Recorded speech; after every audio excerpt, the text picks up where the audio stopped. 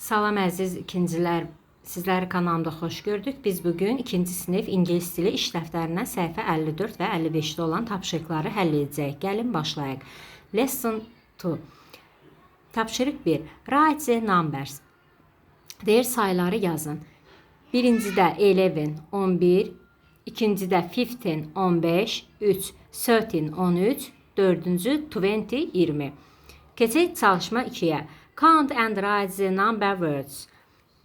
Gördüyümüz kimi bizə burada hər biri verilmişdir. Biz onları domino daşları verilmişdir. Həmin bu sayına uyğun onların saylarını aşağıda yazacağıq.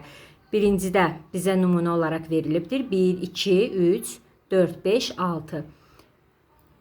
1, 2, 3, 4, 5, 6, 7, 8.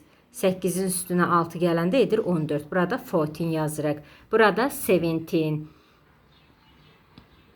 17 xal var burada. Burada 19, 19'dur.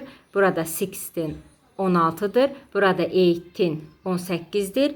Burada isə 12.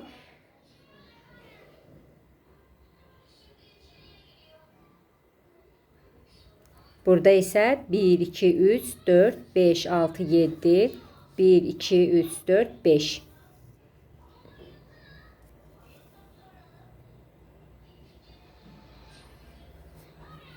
Yedi ilə 5 12 edir.